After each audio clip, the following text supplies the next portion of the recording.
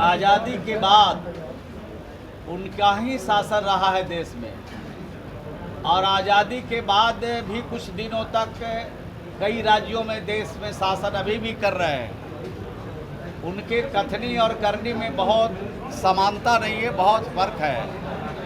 जब सत्ता से हटते हैं, कुर्सी जब चली जाती है तो नए नए स्लोगन निकालते हैं, नए नए आरोप लगाने की कोशिश करते हैं, और जब उनके हाथ में सत्ता आती है तो गरीब कहाँ चला जाता है समझ में बात नहीं आती। ये देश का पहला राज्य बिहार है जहाँ बिहार के लोकप्रिय मुख्यमंत्री जी ने गरीबों के लिए जो काम किया है उसका जोड़ा देश का कोई राज नहीं लगा सकता है।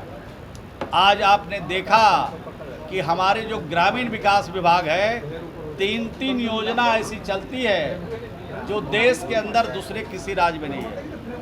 1 जनवरी 1996 से पहले जिसको आवास दिया, आवास रहने के लायक नहीं है, उनको राज्य के खजाने से 1,20,000 रुपया देते हैं। और 1 अप्रैल 2010 से पहले जिसके घर की स्वीकृति दिया और उसके घर अभी अपूर्ण रह गए, आधे रह गए या रहने के लायक नहीं हो पाया, उनको राज्य के खजाने से उनके मरम्मती के लिए हम लोग 50,000 रुपया राज्य में देते हैं। और तीसरी योजना आवास के हकदार है, पात्र है, उनका नाम भी आ गया है और उनके पास ज़मीन नहीं है और जहां बसना चाहते हैं वहां सरकारी ज़मीन नहीं है और वहीं पर रहना चाहते हैं तो राज्य के खजाने से 1 लाख रुपया देते हैं। ये भी बिहार से बाहर दूसरे किसी राज्य में नहीं। तो आप सोच लीजिए कि गरीबों की चिंता कितनी है।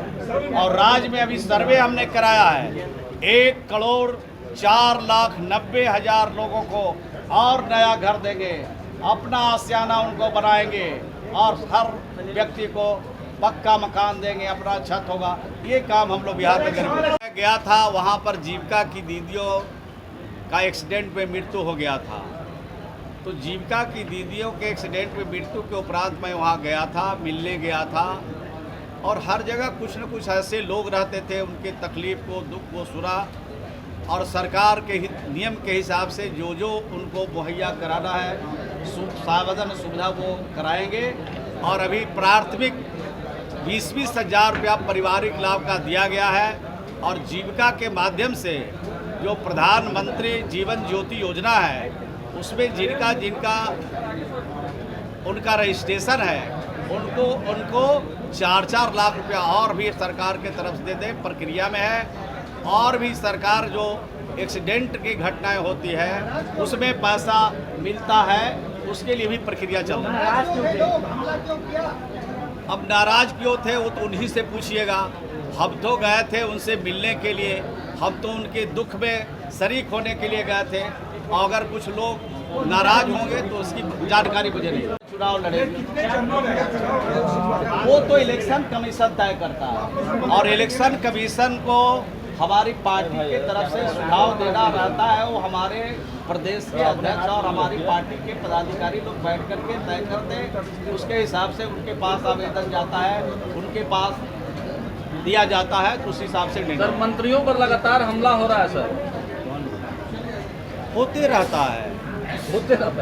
रहता है ये सब हम लोग झेलते रहते हैं। ये बिहार है, तरह तरह के लोग हैं, तरह तरह की भावना है, तरह तरह की बातें हैं। जिसको हमारी बात पसंद आता है जय जयकार करता है, जिसको पसंद नहीं आता है झंडा खिलाफ में उड़ाता है। नहीं मालूम नहीं है,